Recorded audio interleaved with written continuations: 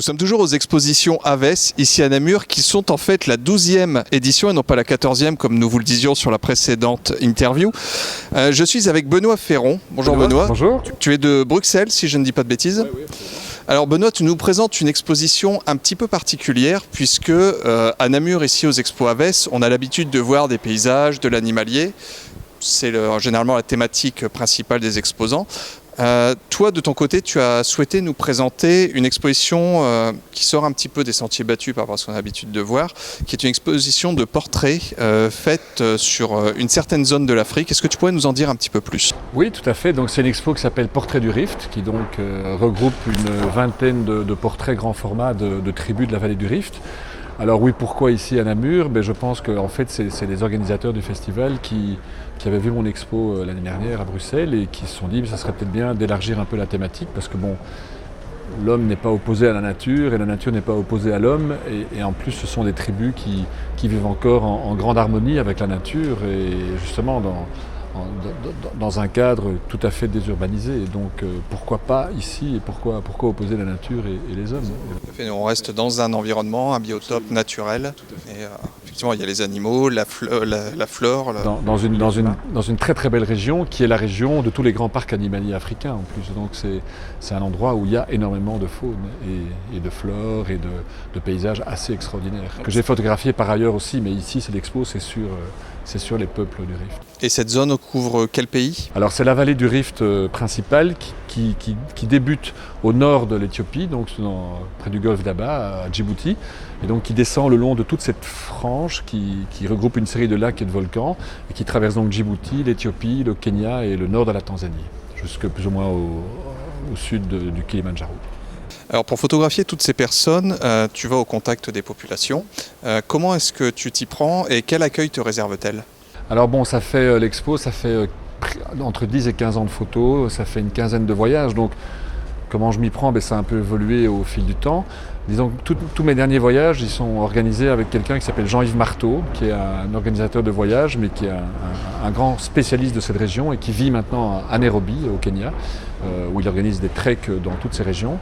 Et j'ai un projet de livre avec lui sur le sujet, donc lui fait les textes, moi les photos, et donc c'est lui qui monte les voyages. Donc je voyage avec toute son assistance, avec son 4x4, son cuisinier, tout son matériel, et donc on va dans tous ces coins à deux en fait. Et est-ce qu'il y a une appréhension de la part des populations que tu approches, également de toi, au moment de cette présentation, de ces prises de vue photographiques ? Est-ce que tu leur présentes le résultat final aussi, également ? Oui, alors, l'appréhension, non. Il faut savoir quand même que il y a des endroits qui sont très retirés, d'autres moins. Ce sont quand même certains de ces endroits, en tout cas, qui sont de plus en plus touchés par le tourisme. Alors, heureusement, malheureusement, c'est un débat en soi. Toujours est-il que, en général, le contact est bon. Je dirais que au plus on est loin et au plus on est loin du tourisme, au plus le contact est agréable parce que là, sinon on rentre dans une relation qui est un peu business. Tandis que si on va vraiment au nord du lac Turkana par exemple, tout à fait au nord du Kenya, où là il n'y a pas de tourisme parce que c'est trop loin, c'est très aride, c'est très austère. Et c'est des territoires qui font un peu peur d'habitude. En fait, les contacts que j'ai eu là-bas sont très très très très chouettes. Maintenant, c'est aussi grâce à quelqu'un comme Jean-Yves Marteau parce que il organise des treks dans ces régions depuis près de 20 ans. Il a des relais locaux et donc tout ça est... Alors c'est toujours des visites qui sont improvisées, on n'est jamais attendu parce que c'est pas comme ça que ça se passe en Afrique. Mais ceci dit, c'est toujours via un contact local qui connaît, ou alors on est dans le coin et puis il apprend via un contact local qu'il y a un mariage à 2 jours de route de là et on décide d'y aller et c'est comme ça que ça se passe quoi. Il y a une part d'improvisation, il y a une part de chance, et puis il faut multiplier les voyages pour pouvoir multiplier les occasions de ce genre de rencontres.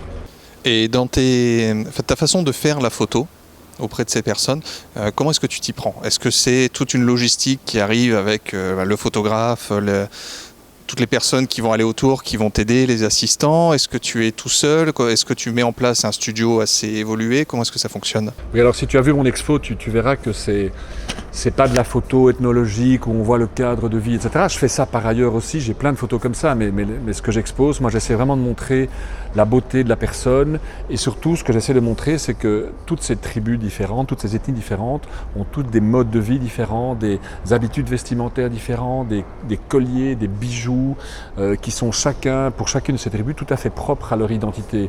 Et donc je les photographie avec des fonds noirs pour vraiment faire ressortir leur corps et leurs bijoux ou leur scarification, leurs tatouages. Et donc je les isole de leur environnement.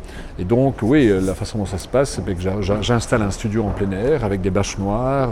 J'ai des personnes qui doivent en plus tenir des bâches pour isoler la personne du soleil, parce que la lumière africaine est très très forte, et donc on ne peut pas faire un portrait convenable en pleine lumière en Afrique, il faut mettre les gens à l'ombre.